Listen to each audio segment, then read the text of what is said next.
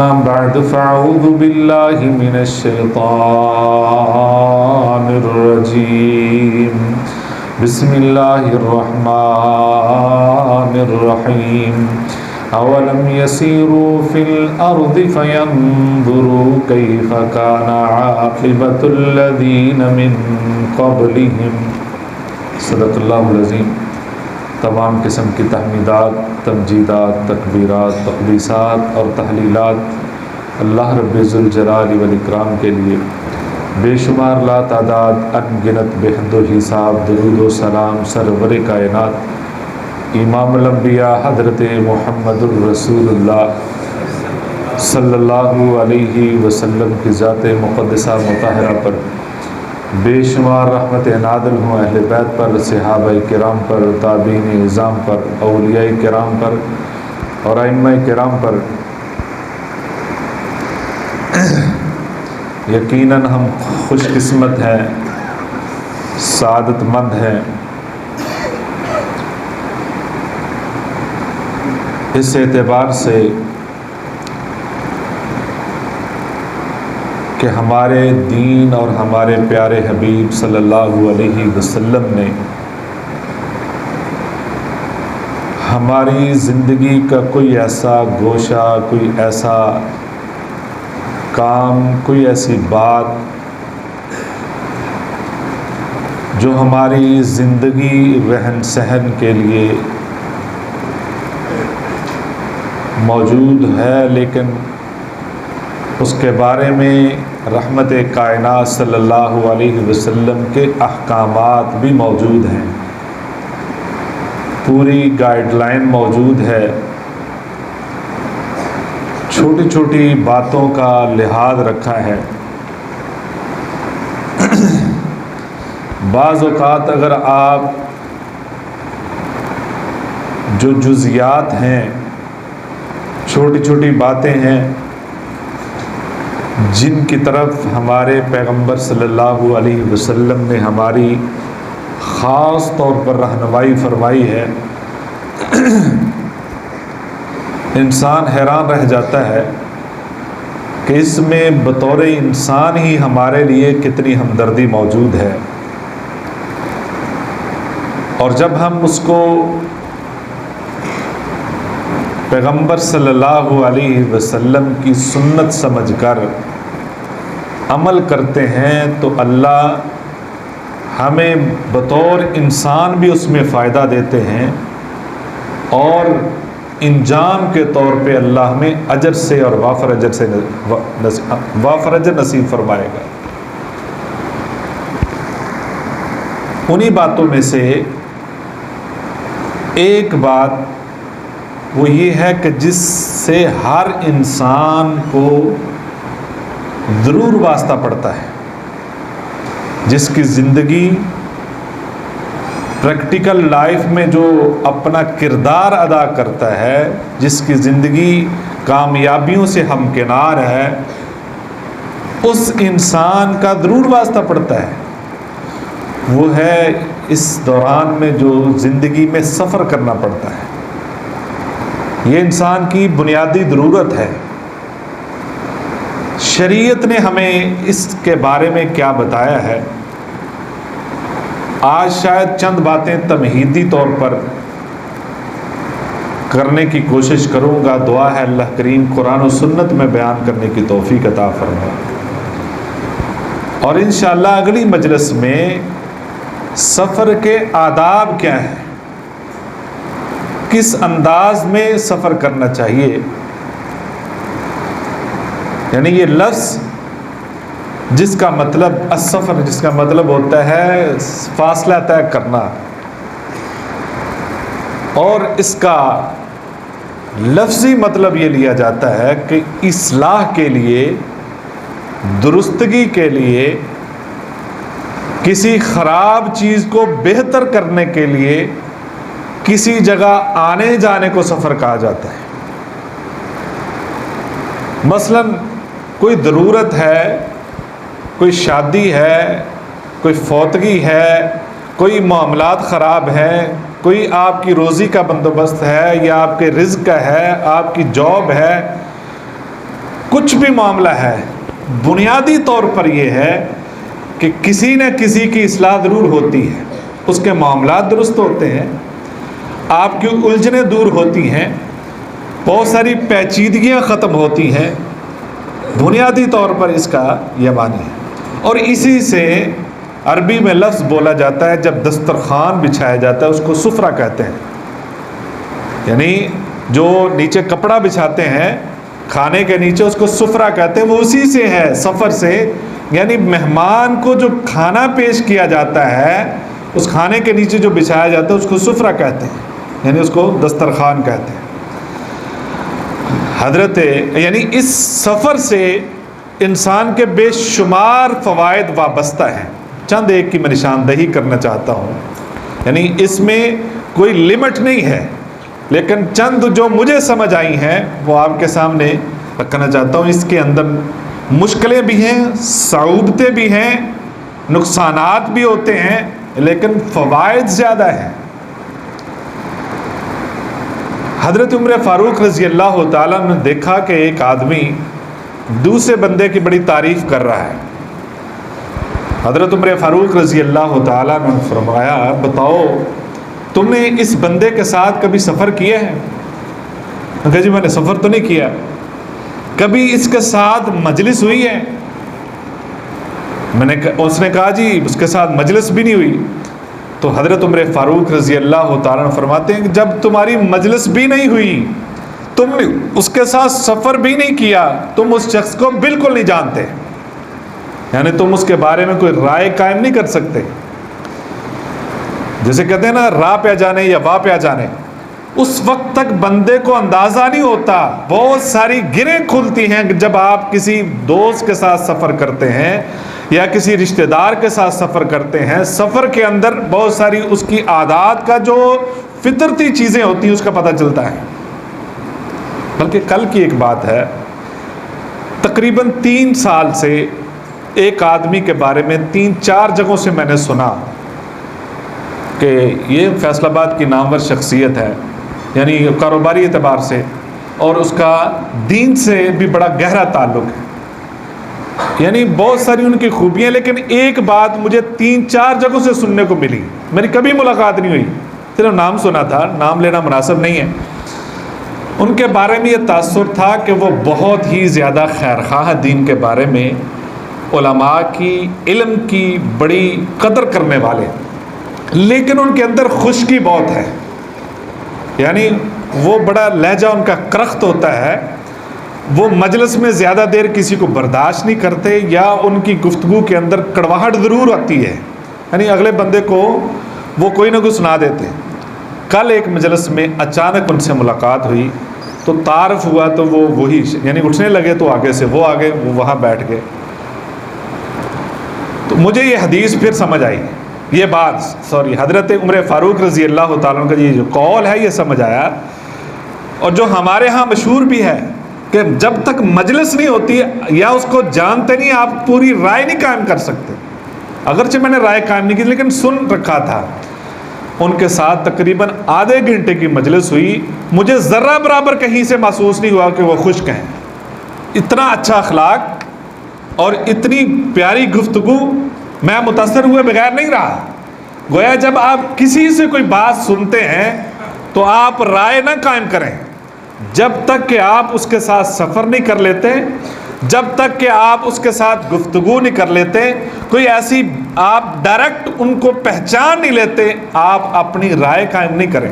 یا کوئی ایسا شخص ہے جس کو آپ بہت سنتے ہیں یا گفتگو سنتے ہیں، مجلس نہ بھی ہوتی، اس کے انداز تکلم سے بھی آپ کو اندازہ ہو جاتا ہے کوئی معروف شخصیت ہے جس سے کوئی واسطہ نہیں ہو سکتا آپ کا، یعنی اس کے بارے میں رائے قائم کرنی ہے تو آپ کی اس کی گفتگو سے اندازہ لگا سکتے ہیں۔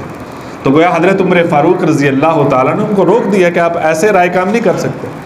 اور اس میں ہر سفر میں جب بھی آپ سفر کریں، ضرورت پڑتی ہے، بنیادی طور پر آپ اللہ کی رضا کو ضرور ملحوظ رکھیں جس کام کے لیے بھی جا رہے ہیں۔ اور جب آپ اس کا آغاز، جس کا انشاءاللہ آئندہ ذکر ہوگا، سنت کے مطابق کریں گے، نیت درست کر لیں گے، تو آپ کے بہت سارے معاملات درست ہو جائیں گے. یعنی بے شمار ایسے ہمارے اسلاف ہیں، بے شمار ایسے ہمارے علماء محدثین گزرے ہیں کہ ان کی مسائل کے بارے میں رائے اور ہوتی تھی، لیکن جب انہوں نے کسی علاقے کا وزٹ کیا ہے، سفر کیا ہے، اور اس سفر کو طے کیا ہے، لوگوں کے رجحانات کو دیکھا ہے، لوگوں کی ضروریات کو دیکھا ہے، مسائل کو دیکھا ہے، معاشرتی مسائل کو دیکھا ہے، ان کی رائے بدل گئی.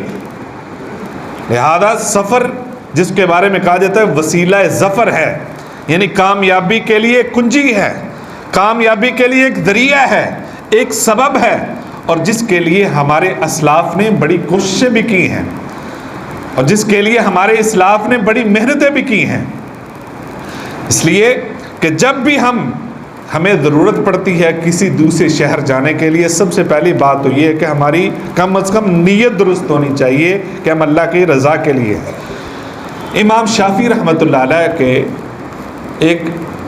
ان کا 2 شعر ہیں جن کا میں صرف مفہوم آپ کے سامنے رکھنا چاہتا ہوں. انہوں نے کہا کہ آپ اے سننے والے، جب بھی آپ اس بات کو سنیں تو آپ کو چاہیے کہ اپنی زندگی میں بلندی حاصل کرنے کے لیے، رتبہ حاصل کرنے کے لیے، مقام حاصل کرنے کے لیے آپ نکل پڑیں، سفر کریں. آپ ایسی جگہوں کی تلاش اور جستجو میں نکلیں اور اس سفر میں مشغول ہو جائیں. اس لیے کہ سفر میں 5 فائدے ہوتے ہیں. سفر میں 5 فائدے ہوتے ہیں. سب سے پہلا، پریشانی کا حل مل جاتا ہے، ٹینشن کا حل مل جاتا ہے، بے چینی کا حل مل جاتا ہے. یعنی یہ ایک اصول ہے کہ بندہ ایک ہی جگہ پہ رہ کر اکتا جاتا ہے، اس کی اکتاہٹ بڑھ جاتی ہے. جب آپ سفر کسی مقصد کے تحت، یہ یاد رکھیں سفر ہمیشہ کسی مقصد کے لیے ہونا چاہیے. صرف یہ مقصد میں ذرا گھوم پھر آؤں اکیلا، یہ نہیں ہونا چاہیے. اگر یہ مقصد ہے تو جو میں نے آیت تلاوت کی، اولم یسیروا فی الارض فینظروا کیف کان عاقبۃ الذین من قبلہم، اگر یہ مقصد ہے تو پھر یہ نیت ضرور کرنی چاہیے کہ میں اللہ کی بنائی ہوئی اس زمین کی نشانیوں کو دیکھنا چاہتا ہوں، اور جو ہم سے پہلے جنہوں نے بڑی بڑی بلڈنگیں بنائی ہیں، بڑے بڑے پہاڑ کاٹ دیے ہیں، یا بڑی بڑی انہوں نے تعمیرات کی ہیں، میں ان کے انجام کو دیکھنا چاہتا ہوں. آپ شاہی قلعہ چلے جائیں، وہاں پہ جا کر تھوڑے سے تصورات میں تو جائیں.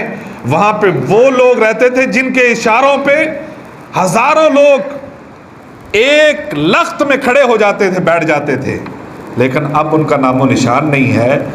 آپ ایسے پہاڑوں میں چلے جائیں کہ جن کو انہوں نے اپنے ہاتھوں سے تراشا ہے، اتنی ان کے پاس طاقت تھی، لیکن آج ان کا نام و نشان نہیں ہے. اگر آپ کی یہ نیت ہے پھر بھی درست ہے، لیکن صرف اس لیے کہ انجوائمنٹ یہ لفظ اکیلا کافی نہیں ہے، یہ درست نہیں ہے. آپ کا کوئی نہ کوئی مقصد ضرور ہونا چاہیے. تو پہلی بات کہ پریشانی کا حل مل جاتا ہے کہ جب آپ دوسری جگہوں پہ جاتے ہیں آپ کا دھیان بڑھ جاتا ہے، آپ کی توجہ دوسری چیزوں میں چلے جاتی، اللہ کے نشانیوں کی طرف چلے جاتی ہے. آپ ایک جگہ سے دوسری جگہ منتقل ہوتے ہیں، کتنے ہی ایسے لوگ آپ کو ملیں گے جو آپ سے زیادہ پریشان ہیں. آپ ان سے عبرت پکڑیں گے، میں تو بالکل ٹھیک ہوں، میں نے تو دیکھا ہی نہیں. جب بندہ اپنے آپ کو ہی دیکھتا رہتا ہے وہ سمجھتا ہے دنیا کا سب سے زیادہ پریشان میں ہوں. جب دوسروں کی آپ دیکھیں گے، حالت دیکھیں گے، کتنے ہی ایسے بے بس آپ کو راستے میں نظر آئیں گے کہ جن کی زندگی اتنی مشکل ہے، آپ کہیں گے شکر ہے اللہ میری یہ کیفیت تو نہیں ہے. اس نظر سے جب آپ نکلیں گے تو آپ کو پریشانیوں کا حل ملے گا. آپ یہ بھی دیکھیں کہ مجھ سے کتنے ایسے ہیں کہ جن کی زندگی مشکل ہے، آپ کو سکون مل جائے گا. آپ لوگوں کے طرف دیکھیں گے، اللہ کی نشانی کی طرف دیکھیں گے تو آپ کا دھیان بڑھ جائے گا.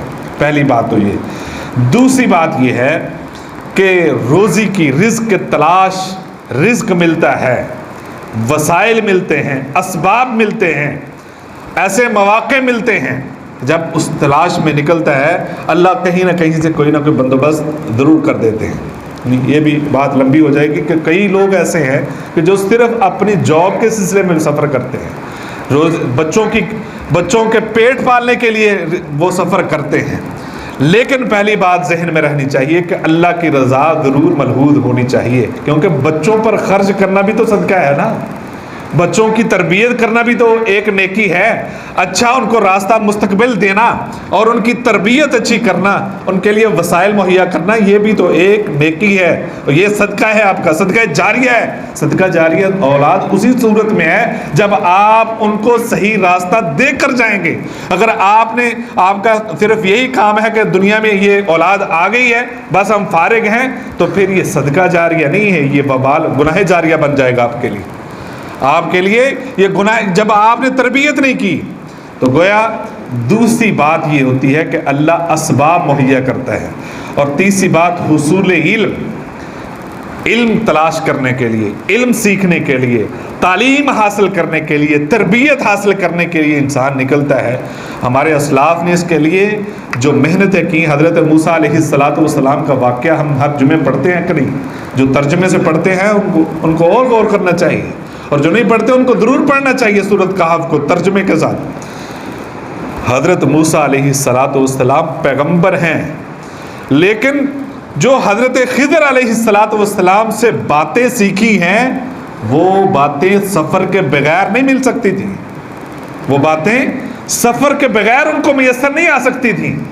اور وہ کتنا مشکل سفر ہے، کتنا لمبا سفر ہے کہ اس میں تھکاوٹ ہوتی ہے، سو جاتے ہیں، وہ مچھلی دریا میں چلی جاتی ہے، یعنی اتنا لمبا سفر ہے، ان کو کھانا ساتھ لے جانا پڑا، یعنی اتنا وہ سفر تھا، اور اس کے اندر دریا بھی آئے، ایک بستی سے گزرے، یعنی یہ سارے مواقع بتا رہے ہیں کہ سفر وہ کافی مشقت والا تھا، وہ مشکل سفر تھا۔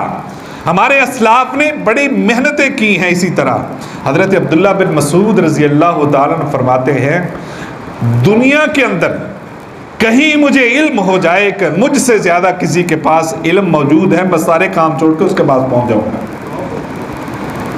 حضرت عبداللہ بن جابر رضی اللہ تعالیٰ عنہ، عبداللہ بن قیس، یا ایک جگہ پہ عبداللہ بن انیس شاید، ان کے پاس صرف ایک حدیث جو ان کو پہلے یاد تھی، پتہ تھی، لیکن اس کی سند کو اعلیٰ کرنے کے لیے ایک درمیان میں واسطہ تھا، اس واسطے کو کم کرنے کے لیے وہ 1 مہینے کا سفر کر کے ان کے پاس پہنچے تھے، 1 مہینے کا سفر کر کے۔ ہمیں تو کسی مسئلے کی ضرورت ہو تو اس کے لیے بھی زحمت نہیں کرتے کہ کسی کتاب کو پڑھ لے جو ہماری ذاتی ضرورت ہے۔ ایک آدھ میرے جیسے کم علم سے پوچھ کے گزارا کر لیتے ہیں، بس جی مجھے پتہ چل گیا ہے، اگرچہ وہ بات سیدھی ہو بھی نہ، لیکن جب ایک مسئلہ آپ کو درپیش ہے، آپ اردو پڑھنا جانتے ہیں، آپ کو اتنا پتہ ہے کہ میں اچھی طریقے سے اردو سمجھ سکتا ہوں، کیوں نہیں آپ کتاب پڑھ لیتے کوئی؟ وہ تو مسائل انٹرنیٹ سے کتاب بھی ڈاؤن لوڈ ہو سکتی ہے، PDF مل سکتی ہے، اور بہت سارے ذرائع ہیں کہ ہم اس کو، لیکن جو مسائل ہمیں پیش آتے ہیں ان کے لیے بھی کوشش نہیں کرتے کہ اس کو ہم خود بھی پڑھ لیں، تھوڑی سی کوشش کریں، چلیں 100% سمجھ نہیں آئے گی، کچھ نہ کچھ تو معلومات ملے گی، جس کے لیے ہمارے اسلاف نے اتنی محنت کی ہے۔ اور یہ تو ایک مثال ہے نا کہ اگر ہمارا موضوع دوسری طرف نہ چلا جائے، ٹائم ختم ہونے کو ہے، لہذا بات یہ کرنا تھا کہ حصول علم کے لیے بھی سفر جو ہے وہ ضروری ہے، اور اس کے لیے اللہ رب العزت برکتوں سے بھی نوازتے ہیں، اور نیک بزرگوں کا بہت سارے ایسے مواقع آتے ہیں کہ آپ کو ایسی معیت مل جاتی ہے، ایسا ساتھ مل جاتا ہے جس سے آپ زندگی کے گر سیکھ لیتے ہیں، بہت ساری ایک آدھ بات مل جائے اس سے زندگی بدل جاتی ہے۔ 5ویں بات کہ آپ کو بہت سارے آداب مل جاتے ہیں، قوموں میں جاتے ہیں، دوسرے علاقے میں جاتے ہیں، کسی دوسرے علاقے میں جاتے ہیں، اس کے رہن سہن، بود و باش اور بہت سارے معاملات، ان کو سلجھانا کیسے، ان سے گفتگو کیسے کریں، ان کا طور طریقہ کیا ہے، یہ ساری باتیں آپ کو سیکھنے کو ملتی ہیں۔ اور اسی طرح رشتہ داروں سے اگر آپ ملنے کے لیے جاتے ہیں تو وہ حدیث ذہن میں رکھیں کہ نبی صلی اللہ علیہ وسلم نے فرمایا تھا کہ ایک آدمی جا رہا تھا، اللہ نے فرشتہ بھیجا، اس سے پوچھو کدھر جا رہے ہو، کیوں جا رہے ہو؟ اس نے پوچھا آ کر کہاں جا رہے ہو، کس مقصد کے لیے جا رہے ہو؟ اس نے کہا صرف میں اللہ کی رضا کے لیے اس بندے سے محبت کرتا ہوں، اس سے ملنے جا رہا ہوں۔ تو فرشتہ کہتا ہے میں اللہ کی طرف سے آیا ہوں، اللہ نے بھیجا ہے، اللہ بھی تجھ سے محبت کرتا ہے جس طرح تو اس بندے سے محبت کرتا ہے. رشتہ داروں سے اس لیے نہ ملا کرو کہ وہ آپ سے ملنے 1000 روپیہ انہوں نے آپ کے بچوں کو دیا تھا تو آپ نے 1000 روپیہ اس کو دینا, یا آپ نے 2000 دیا تھا تو وہ آپ کو 500 دے کر چلا گیا. جب دے دیا, خرچ کر دیا, بھول جائیں. رشتہ داروں پہ خرچ کرنے پہ اللہ ڈبل صدقہ کے ثواب دیتا ہے. بھول جائیں, حساب نہ رکھا کریں. وہ شادی کا ہو, وہ غمی کا ہو, وہ ویسے آپ گئے ہیں, خرچ کر دیا اللہ کی رضا کے لیے, دیکھیے کہ اس کی برکتیں کتنی ہوتی ہیں. ہم تو حساب رکھنے لگ جاتے ہیں. اور اسی طرح کہ عزت و تکریم میں اضافہ ہوتا ہے. بعض دفعہ جس جگہ پہ آپ رہتے ہیں اگر وہاں کا ماحول اچھا نہیں تو آپ وہاں سے دوسری جگہ پہ جا سکتے ہیں. نبی صلی اللہ علیہ وسلم مکہ میں تو حالات کیسے تھے جہاں 53 سال گزارے ہیں, اور مدینہ میں آئے تو اللہ رب العزت نے مزید عزتوں سے سرفراز فرمایا اور فتوحات سے سرفراز فرمایا. اس لیے جہاں اگر حالات ٹھیک نہیں ہے تو وہاں سے آپ کو کوچ کرنا چاہیے. اور اسی طرح دوران سفر اللہ رب العزت تھوڑے عمل کا زیادہ اجر عطا فرما دیتے ہیں. نماز 4 رکعتیں پڑھنی ہے, 2 پڑھیں, آپ کو ثواب برابر ہے. نبی صلی اللہ علیہ وسلم نے فرمایا جو بندہ ایک ذکر و اذکار کرتا تھا اور وہ نوافل پڑھتا تھا, سفر کی وجہ سے نہیں کر سکا اور یا بیماری کی وجہ سے نہیں کر سکا, جو تندرستی کی حالت میں یا حضر کی حالت میں یعنی دوران سفر نہیں تھا, پہلے جب گھر میں تھا وہ عبادت کرتا تھا, اللہ اس عبادت کے برابر ثواب عطا فرما دیتا. یہ سفر کا فائدہ ہے. اس لیے اس دوران دعائیں بھی قبول ہوتی ہیں, یعنی مسافر کی دعا قبول ہوتی ہے. وہ غار والے 3 بندے جو تھے وہ مسافر ہی تھے نا, اور نبی صلی اللہ علیہ وسلم کی حدیث بھی ہے کہ مسافر کی والد کی مظلوم کی دعا رد نہیں کی جاتی. اور اسی طرح وہ جو 3 غار والے تھے ان کی دعائیں تینوں کی قبول ہوئی تھی اور اللہ نے جنگل میں ان کی سن لی تھی. وقت ختم ہو چکا ہے. انشاءاللہ العزیز یہاں سے آگے ہی بات چلائیں گے کہ آداب کیا ہیں, سفر کیسے کیا جائے, کس وقت کیا جائے, کیسا کرنا چاہیے. اللہ سمجھ کی توفیق عطا فرمائے اور ان چھوٹے چھوٹے مسائل کی طرف توجہ کرنے کی توفیق عطا فرمائے. واخر